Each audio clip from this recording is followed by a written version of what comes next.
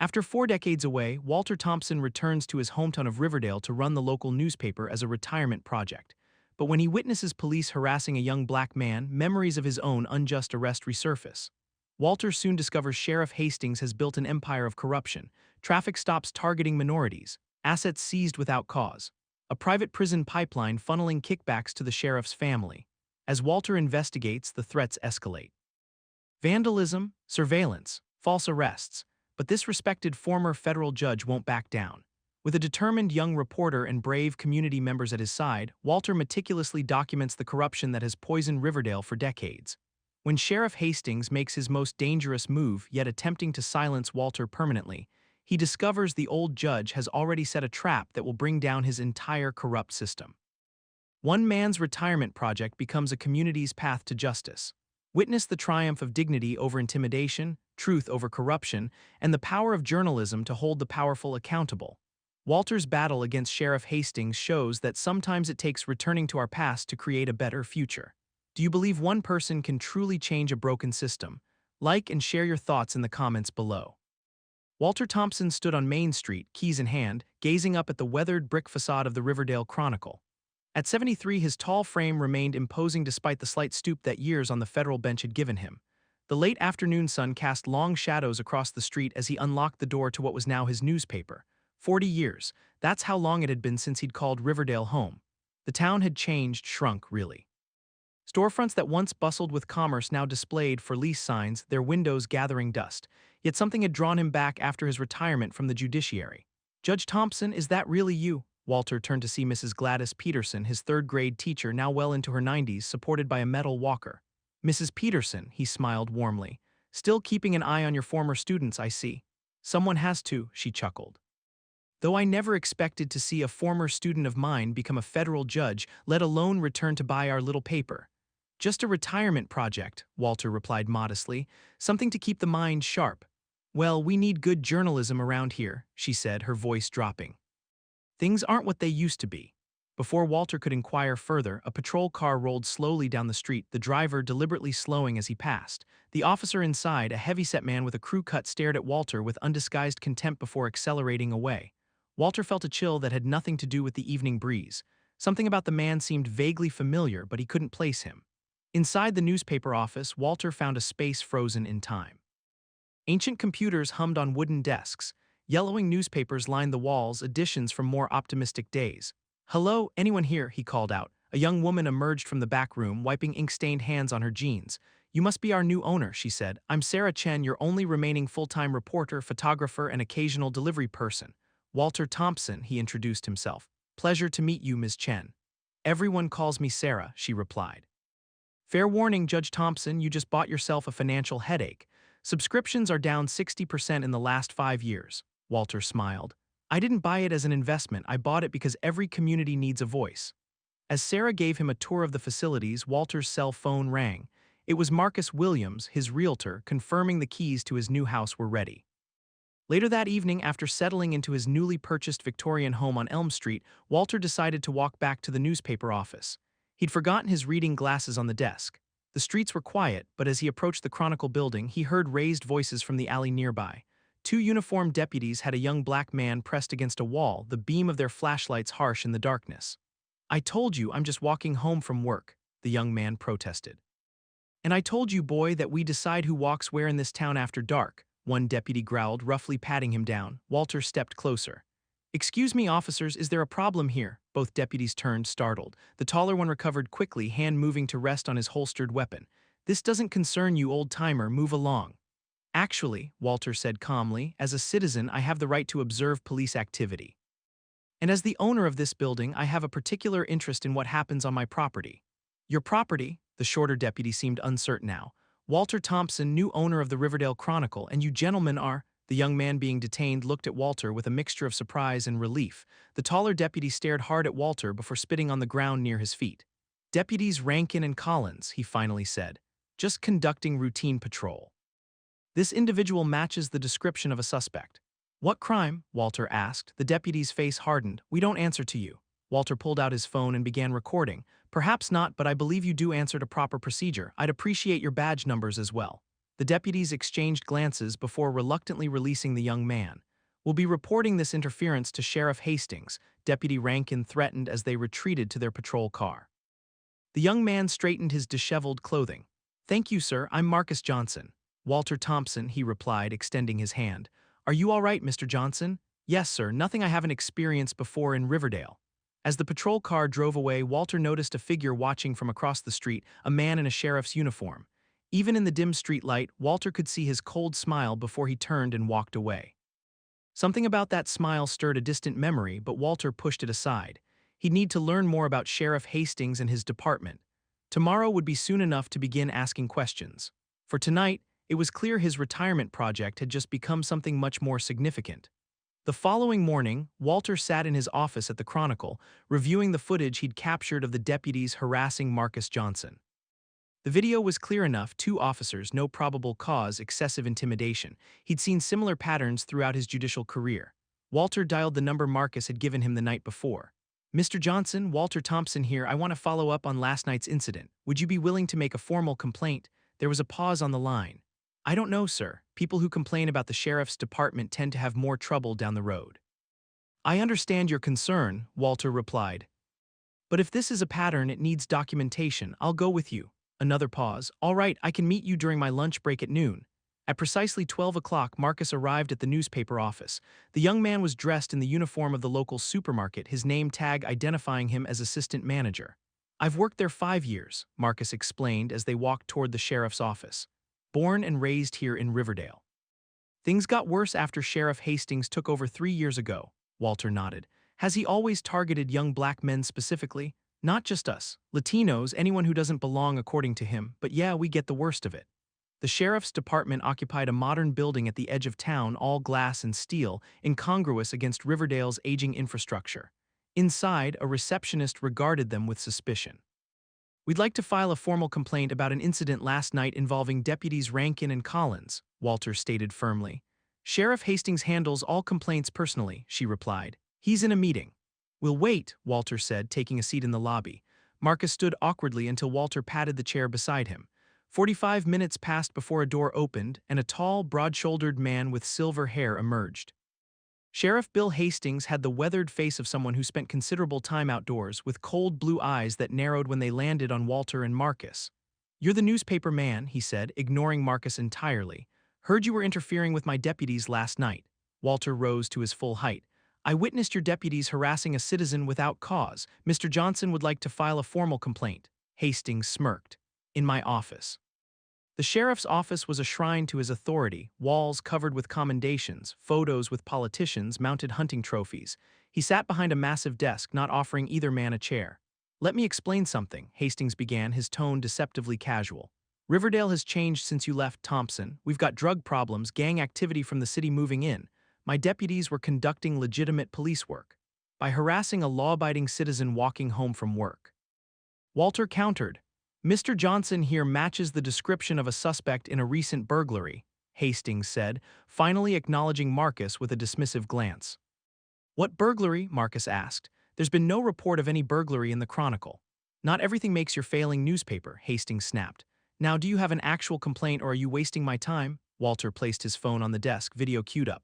"Deputies Rankin and Collins conducted an illegal stop and search. They provided no probable cause, made racially charged comments, and threatened Mr. Johnson. It's all here." Hastings didn't look at the phone. Instead, he leaned forward, eyes locked on Walter. "You think because you wore a robe for a few years, you can come back here and tell me how to police my town?" "I was a federal judge for 27 years, Walter replied evenly. "And before that, a civil rights attorney. So yes, I know a civil rights violation when I see one." Something flickered in Hastings' eyes, recognition, then rage. "Now I remember you. You're that troublemaker from the 80s, always defending those protesters. Thought you were too good for Riverdale." The memory suddenly clicked for Walter too, a young, aggressive deputy who'd arrested him on fabricated charges while Walter was representing civil rights protesters. The case had been thrown out, but not before Walter spent a weekend in jail. "And you were Deputy Hastings," Walter said quietly, "the one who planted evidence in my car." The sheriff's face flushed red. "You've got no proof of that, never did." "We're here about Mr. Johnson's complaint," Walter redirected. "Will you accept it officially, or do we need to escalate this to the state attorney general's office?" Hastings stood abruptly. "File your complaint. It'll go in the same file as all the other baseless accusations." He thrust a form at Marcus. But understand this, outsiders stirring up trouble in my town get noticed. Both of you, I've got a long memory. Walter met his gaze steadily. So do I, Sheriff. So do I. The threat hung in the air between them as Marcus quickly filled out the form.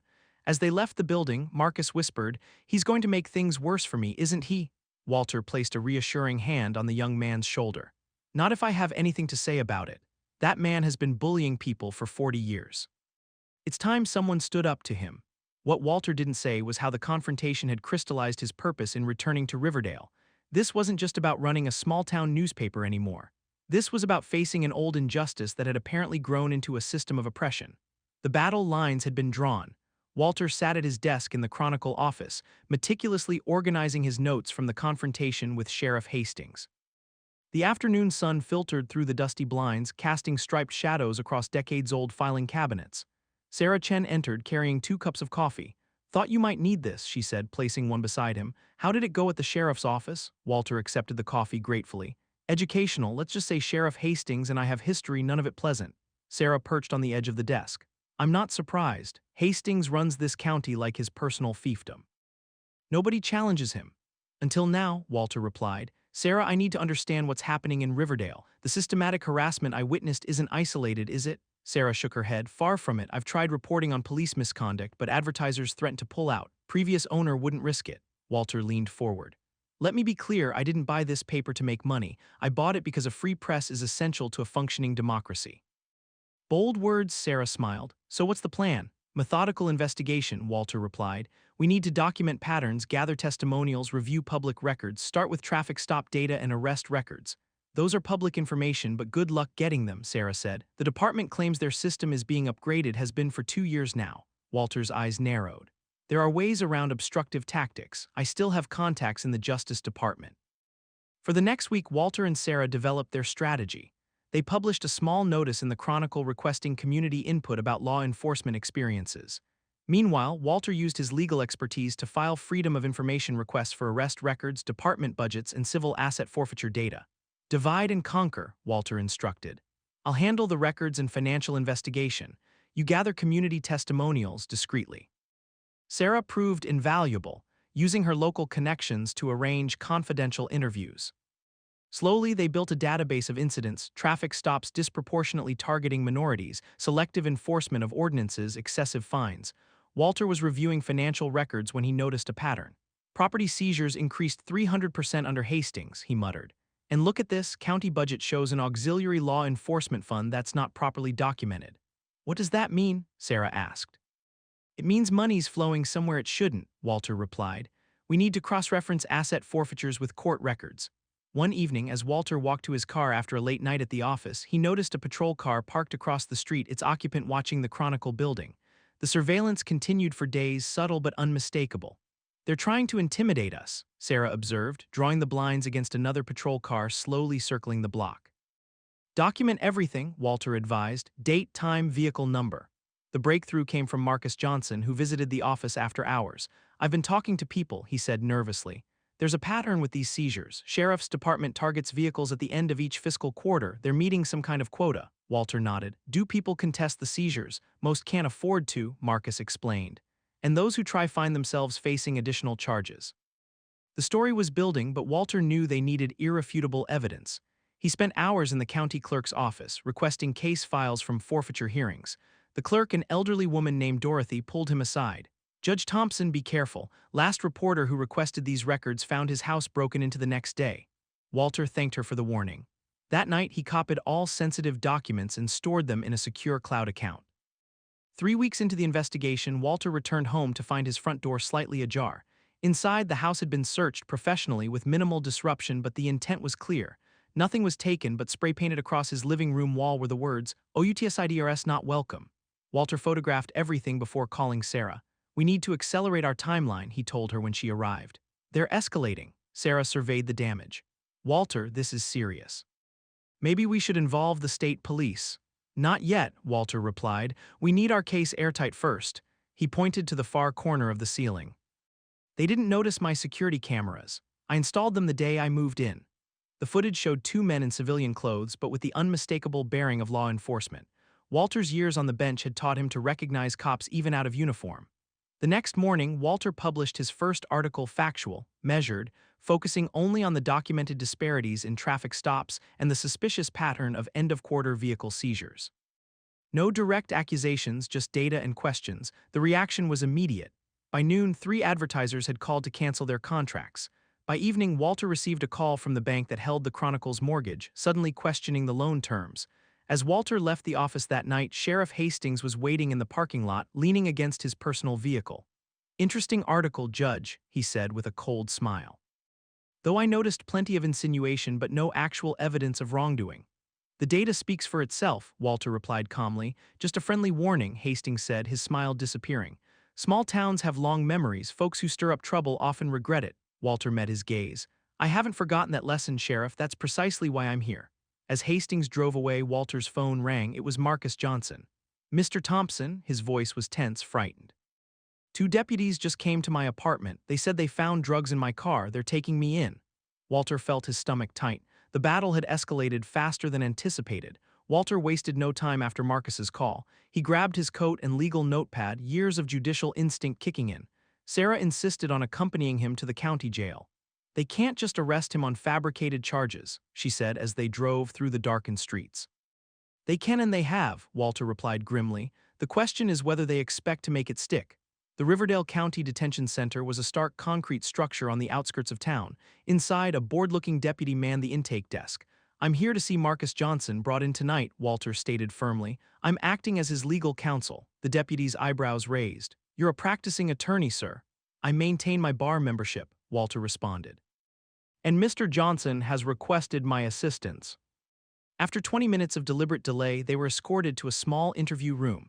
Marcus sat handcuffed to the table, his supermarket uniform wrinkled, a bruise forming under his left eye. "What happened?" Walter asked, examining the injury. "Resisted arrest, according to them," Marcus said quietly. "They found a bag of something in my car. It's not mine, Mr. Thompson. I don't do drugs." Walter nodded. "I believe you. Tell me exactly what happened, every detail." Marcus recounted how deputies had pulled him over for erratic driving, then claimed to smell marijuana. Despite his objections, they searched his vehicle and discovered a bag of white powder in the trunk. "They're charging me with possession with intent to distribute," Marcus finished. "I'll lose my job, my apartment." Walter made detailed notes. "Did they read you your rights? Was the search witnessed? Did they have their body cameras activated?" As Marcus answered, a pattern emerged: procedural oversights that would be convenient for the department if not documented. "We'll request the body camera footage immediately," Walter said, "and file for an independent analysis of the alleged drugs." Sheriff Hastings chose that moment to enter the room, smiling coldly. "Well, look at this. Playing lawyer again, Thompson." "Some things never change." Walter stood, positioning himself between Hastings and Marcus. "I'd like to know why my client has facial bruising inconsistent with the arrest report." "He tripped getting out of the patrol car," Hastings replied dismissively. "Clumsy. We'll be requesting medical documentation and all surveillance footage," Walter stated. Hastings leaned in. "You know, for someone so concerned with this young man's welfare, you've put him in quite a predicament. First article appears criticizing my department, and suddenly your key source is facing felony charges." "Are you admitting this arrest is retaliatory?" Walter asked, aware Sarah was recording every word. Hastings laughed. "Just noting the timing. Interesting coincidence, isn't it?" He turned to leave, then added, "Bail hearings tomorrow at 9 a.m. Judge Carlton typically sets drug distribution bail at $50,000. Hope your newspaper budget can cover that." After Hastings left, Walter reassured Marcus. "We'll get you out tomorrow. Don't talk to anyone else about your case." Outside in the parking lot, Sarah was furious. "This is blatant intimidation. We need to publish everything now." "Not yet," Walter cautioned. "We need to understand the full system first. This isn't just about Hastings, it's about how he's maintained power." Back at the Chronicle office, Walter made a series of late-night calls to former colleagues, eventually reaching Judge Alina Williams, an old friend from his federal court days. "Walter, what trouble are you stirring up now?" she asked warmly. "Alina, I need someone I trust to help me understand what's happening in Riverdale County's legal system." Walter explained the situation. "Send me everything you have," she said after listening. "I know people at the Justice Department who monitor patterns of civil rights violations." Walter worked through the night, organizing their evidence. By dawn, a disturbing picture had emerged. Sheriff Hastings had constructed a self-reinforcing system. Asset forfeitures provided off-books funding. Targeted arrests maintained jail occupancy rates, ensuring steady revenue from the state. Key positions throughout the county government were filled with Hastings' allies or people he had compromised. Most disturbing was the connection to Riverdale Correctional Services, a private prison company that operated the county jail under contract.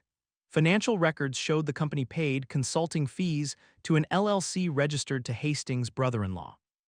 It's a perfect circle, Sarah said, reviewing Walter's findings. Arrest minorities disproportionately, seize their assets, fill jail beds, get kickbacks from the prison company, use the money to maintain control. Walter nodded grimly.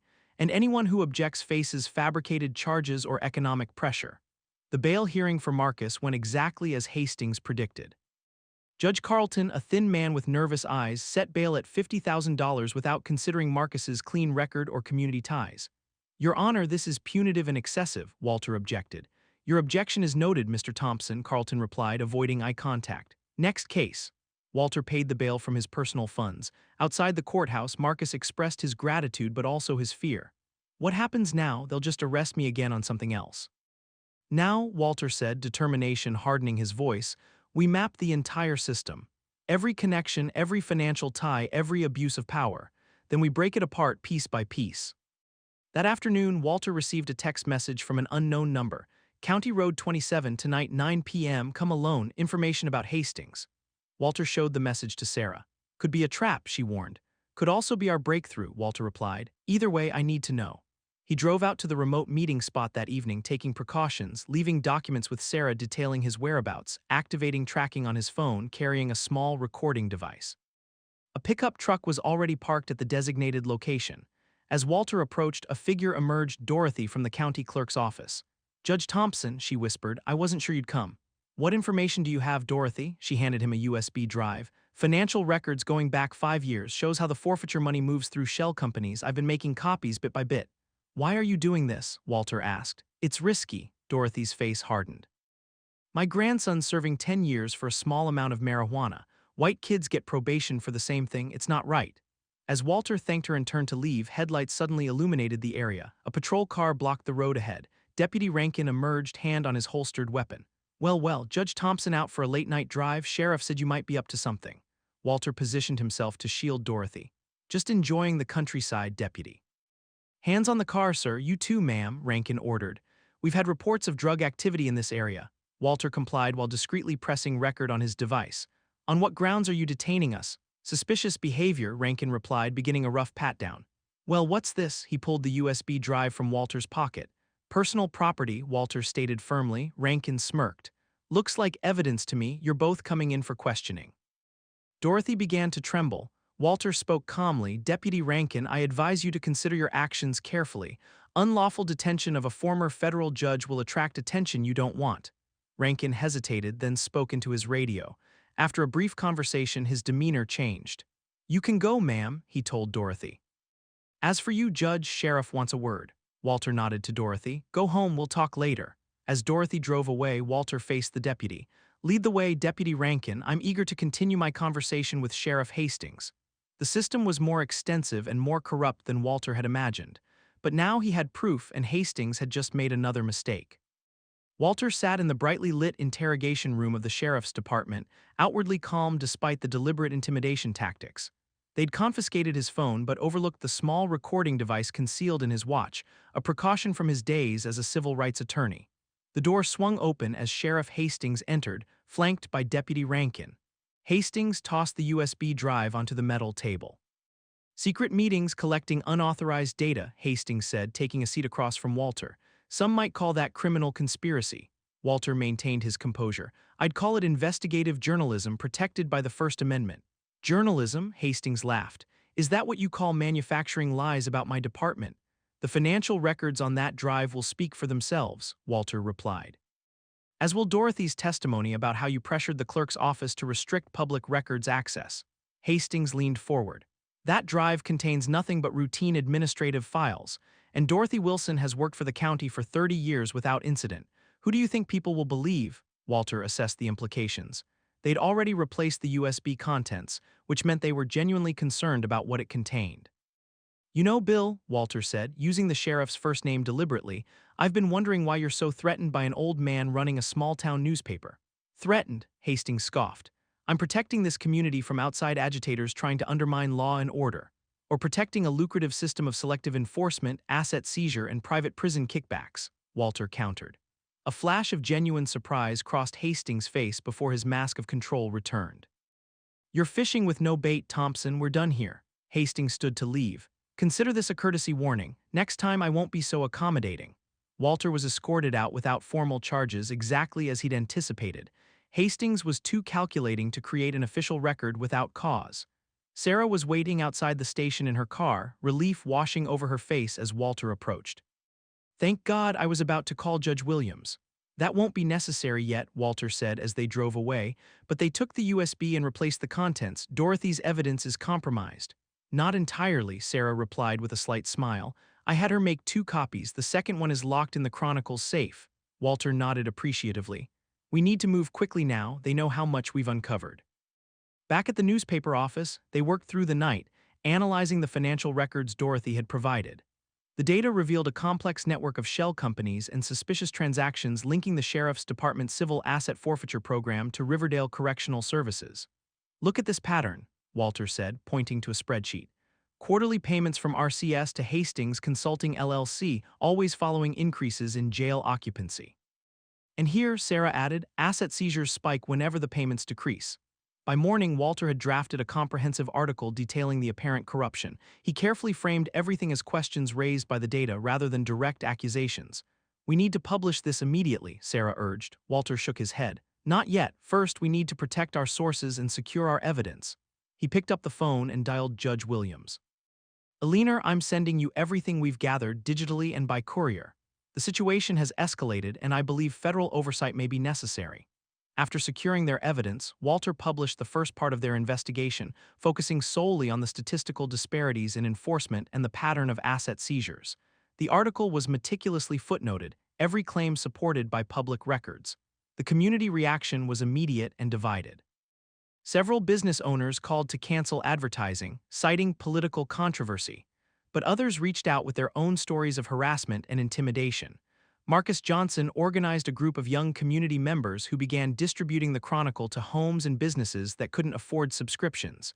"People need to know what's happening," he told Walter, "even if they're afraid to speak out." The following day, Walter arrived at the Chronicle to find their main printing press vandalized, key components damaged beyond repair. "This will set us back weeks," Sarah said, surveying the damage. Walter remained unruffled. "We anticipated this. I've already arranged with the Millfield Gazette to handle our printing temporarily." "That's 40 miles away," Sarah pointed out. "Distance won't stop us," Walter replied. "Neither will intimidation." That afternoon, Walter received a call from Judge Williams. "Walter, I've reviewed everything. This is deeply concerning: systematic civil rights violations, possible RICO violations, corruption. I've spoken with contacts at the Justice Department. They want to open a preliminary investigation." "That's excellent news, Alina," Walter said.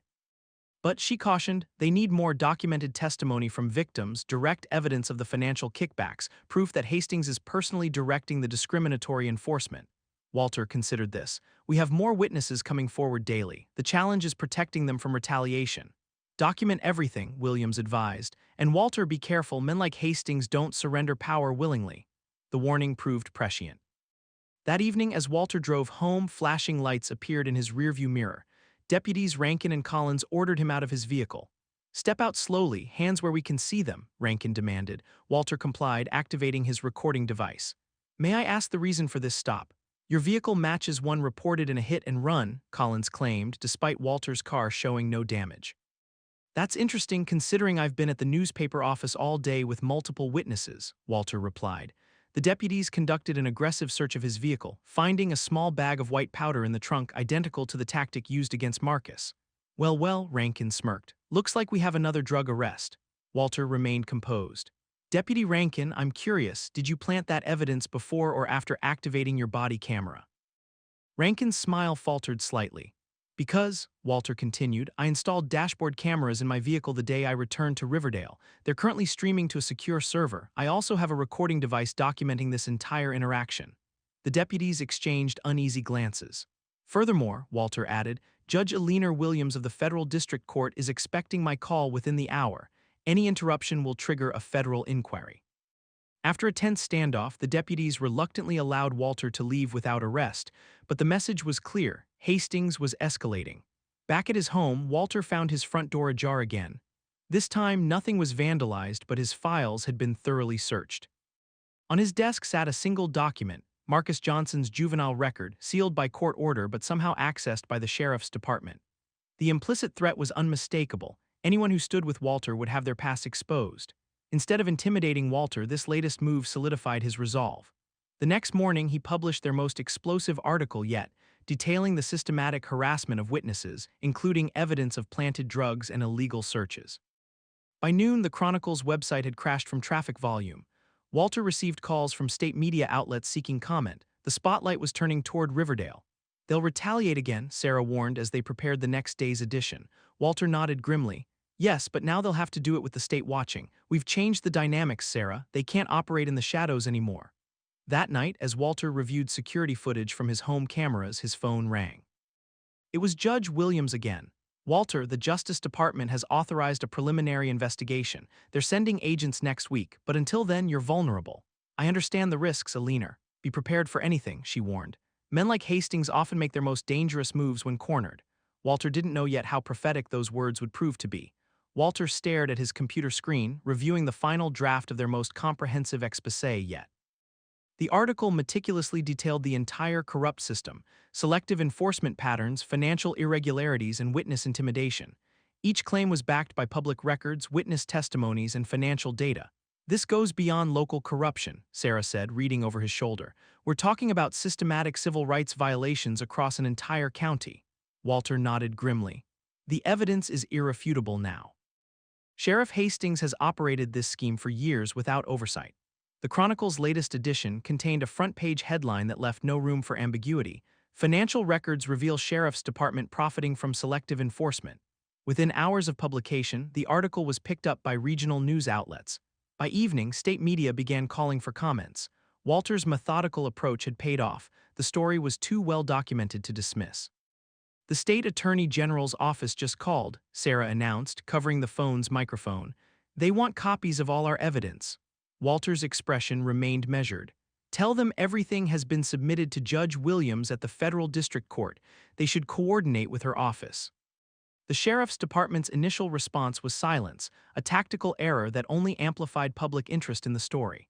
Community members began organizing meetings to discuss the allegations, with Marcus Johnson emerging as a local leader. People are listening, Marcus told Walter during their daily check-in. Even those who have supported Hastings for years are asking questions. Walter knew better than to celebrate prematurely. Hastings won't surrender without a fight. He's gathering his forces. The counterattack came the following day. Local business owners loyal to Hastings organized an advertiser boycott against the Chronicle. Simultaneously, the sheriff's department issued a press release denouncing Walter as a disgruntled former resident with a personal vendetta and dismissing the financial records as misinterpreted by amateurs. Walter had anticipated these moves. He'd already secured enough operating capital to run the Chronicle for a year without advertising revenue. What he hadn't expected was the personal attack that followed. The Riverdale Gazette, a newly established competitor funded by Hastings' allies, published a front-page story questioning Walter's record as a judge, selectively quoting from overturned decisions and featuring interviews with critics of his rulings. They're trying to discredit you personally, Sarah observed, tossing the rival paper onto Walter's desk. Standard tactic, Walter replied calmly. When you can't refute the evidence, attack the messenger. The escalation continued when the sheriff's department announced a formal investigation into potential journalistic misconduct at the Chronicle, including allegations of witness intimidation and evidence tampering, precisely the crimes Hastings himself had committed. Walter received the notification with surprising equanimity. They're following the predictable playbook of corrupt officials. Each step only validates our reporting. That afternoon, Walter received a call from Judge Williams. Walter, the Justice Department is expediting their investigation based on your evidence. They've scheduled a public hearing next week where you'll present your findings formally. That's excellent news, Alina. But, she cautioned, Hastings will be desperate now. The hearing represents an existential threat to his power structure. Walter understood the implications. We'll take additional precautions. Those precautions included backing up all evidence to multiple secure locations, arranging for witnesses to have temporary accommodations outside the county, and installing enhanced security systems at the Chronicle office. The night before the scheduled hearing, Walter worked late finalizing his presentation. Sarah had left hours earlier to prepare witness statements. The Chronicle office was quiet save for the occasional creaking of the old building. When Walter finally gathered his materials to leave, he found Deputy Collins waiting in the parking lot, leaning against his patrol car. "Evening, Judge Thompson," Collins said, his tone falsely casual. "Sheriff Hastings would like a word." Walter assessed the situation quickly. "I'd be happy to speak with the sheriff during normal business hours, Deputy." Collins smiled thinly. "I'm afraid he insists on seeing you now. There's been a development in the investigation." "What investigation would that be?" Walter asked, already knowing the answer. "We've received evidence that you've been tampering with witnesses, specifically Dorothy Wilson from the county clerk's office. Sheriff wants to clear this up before it gets messy." Walter recognized the trap immediately. "I'll follow you to the station in my car." "That won't be necessary," Collins replied, opening his patrol car's rear door. "Sheriff prefers I escort you directly." Walter stood his ground. "Either I drive myself or you'll need to produce an arrest warrant." Collins's friendly facade vanished. "Don't make this difficult, old man." When Walter didn't move, Collins reached for his handcuffs. "Walter Thompson, you're under arrest for witness tampering, evidence falsification, and obstruction of justice." As Collins roughly handcuffed him, Walter maintained his composure. "Deputy Collins, are you aware that federal agents are monitoring this situation?" "That Judge Williams is expecting my call within the hour." Collins hesitated momentarily before shoving Walter into the back of the patrol car. "Save it for the sheriff." Instead of driving to the sheriff's department, Collins headed toward the county line, away from any potential witnesses. "Where are we going, Deputy?" Walter asked calmly. Collins didn't answer. After 30 minutes of driving on increasingly remote roads, they pulled into an abandoned warehouse property. Sheriff Hastings's personal vehicle was already parked there. Collins escorted Walter inside, where Hastings waited with Deputy Rankin and a man Walter didn't recognize. "Judge Thompson," Hastings said, a cold smile spreading across his face. "Looks like you'll be missing tomorrow's hearing. Unfortunate timing for a man facing such serious charges." Walter assessed his situation with judicial detachment. The remote location, the unofficial arrest, Hastings's confidence, this was not a legitimate law enforcement action. "Arresting a federal witness the night before testimony," Walter observed. "Adding witness intimidation to your growing list of federal offenses," Hastings approached slowly. "There won't be any testimony, Walter. What's going to happen is this: we found your car abandoned near Miller's Creek, evidence of a single-vehicle accident. Tragic how these mountain roads can be treacherous at night." The implication was unmistakable. "You've miscalculated, Bill," Walter said evenly. "I've been documenting every interaction, every threat. That documentation doesn't require my presence to be effective." For the first time, uncertainty flickered across Hastings's face. "You're bluffing." "Sheriff Hastings," a voice called from outside the warehouse. "This is Special Agent Michaels with the FBI. The building is surrounded. Release Judge Thompson immediately." The warehouse suddenly flooded with light as FBI vehicles surrounded the perimeter. Hastings's face contorted with rage and disbelief. "How did they?" he began. "GPS tracking in my watch," Walter explained calmly. "Activated when Deputy Collins departed from the standard route to the station, a precaution Judge Williams insisted upon." As federal agents entered with weapons drawn, Walter addressed Hastings one final time. "You operated in darkness for decades, Bill, but justice thrives in the light." Within minutes, Hastings, Rankin, and Collins were in federal custody. Walter was released from handcuffs and escorted to an FBI vehicle. "Judge Thompson," Special Agent Michaels said, "we've been monitoring the situation since Judge Williams contacted us. You took an enormous risk." "Sometimes justice requires risk," Walter replied, "but I'd prefer to make tomorrow's hearing on time if possible." The public hearing the next morning proceeded with heightened security. Walter presented the complete evidence of Hastings's corrupt system, financial records, witness testimonies, and now the attempted kidnapping that confirmed the pattern of intimidation. The hearing room fell silent as Walter played the audio recording of Hastings's threat from the warehouse. The evidence was damning and comprehensive. By evening, the Justice Department announced a full federal investigation into the Riverdale County Sheriff's Department. State authorities placed the department under emergency oversight, with an interim sheriff appointed from the state police. Walter returned to the Chronicle office to find Sarah and Marcus organizing volunteers to distribute a special edition documenting the hearing and arrests. "You did it," Sarah said, embracing Walter. "You actually brought down Hastings." Walter shook his head. "We did it, all of us. But this is just the beginning. Dismantling a corrupt system takes more than removing its leader."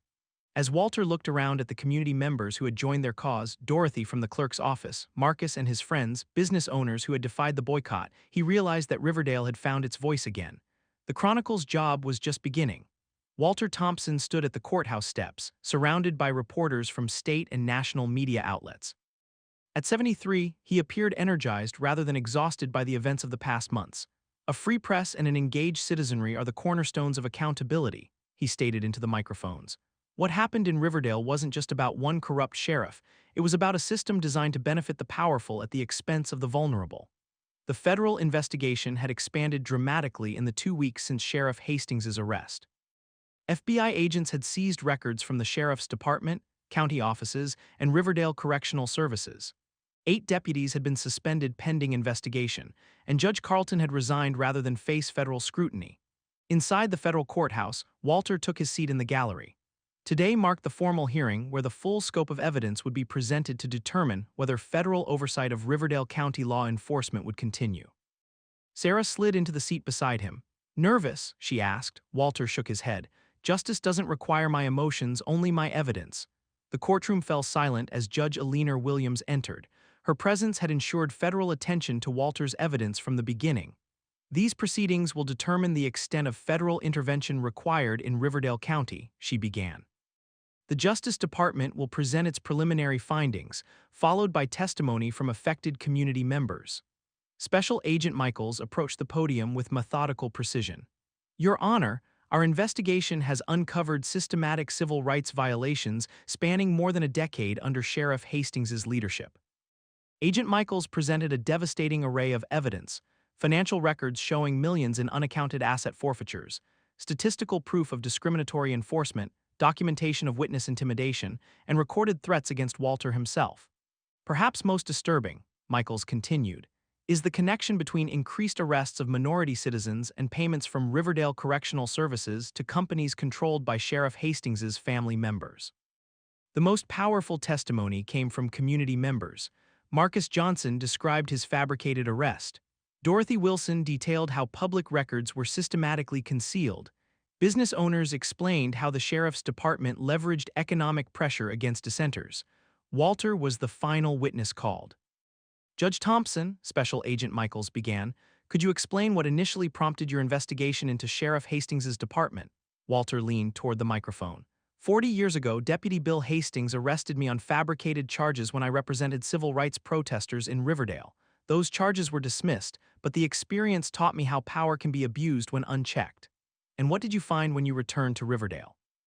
"I found that Deputy Hastings had become Sheriff Hastings, and his methods had evolved from individual acts of prejudice to systematic discrimination embedded in county governance. The targets remained the same: minorities and those without resources to fight back, but the scale had grown exponentially." Walter methodically outlined how he had gathered evidence, protected sources, and documented the patterns of corruption. "Your Honor," he concluded, "what happened in Riverdale could happen anywhere without vigilant citizens and a free press. This isn't about punishing one corrupt official, it's about restoring justice to a community that deserves better." Judge Williams nodded thoughtfully. "Thank you, Judge Thompson. Your persistence in the face of considerable personal risk is commendable." After 4 hours of testimony, Judge Williams delivered her ruling. Federal oversight of Riverdale County law enforcement would continue for a minimum of 3 years. A federal monitor would supervise reforms, including new policies for asset forfeiture, traffic stops, and evidence handling. The county would be required to create an independent civilian review board with real authority. Outside the courthouse, Walter found Bill Hastings waiting, flanked by his attorney. The former sheriff's arrogance had crumbled, replaced by desperation.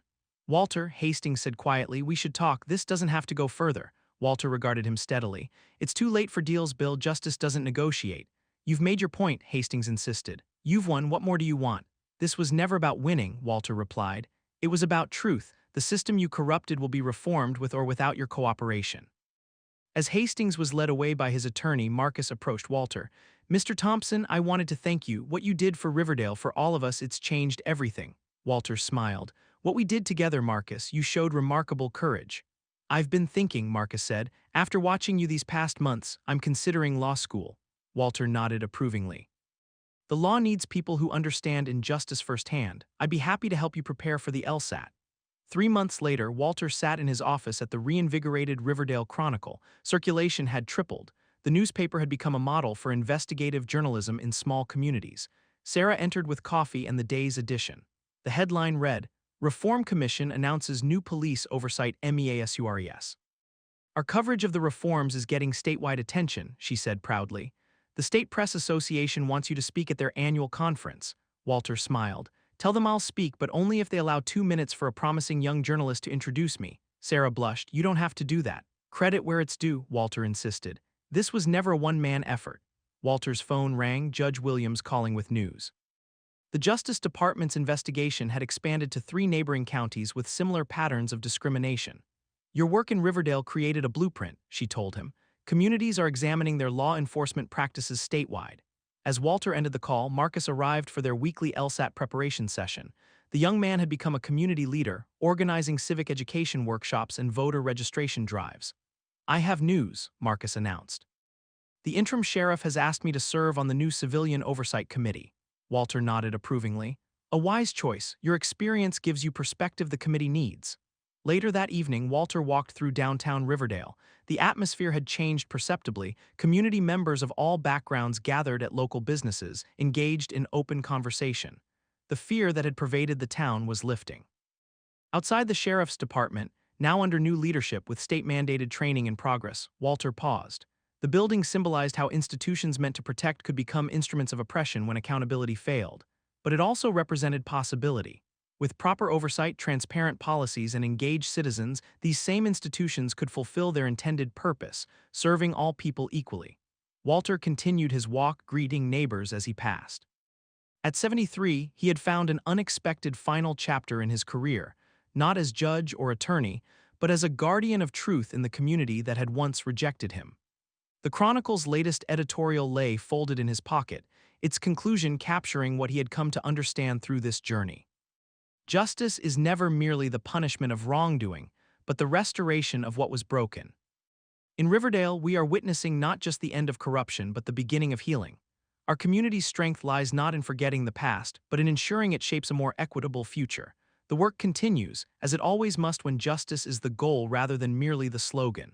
Walter Thompson had returned to Riverdale seeking a quiet retirement. Instead, he had found his most important work and helped a community find its voice.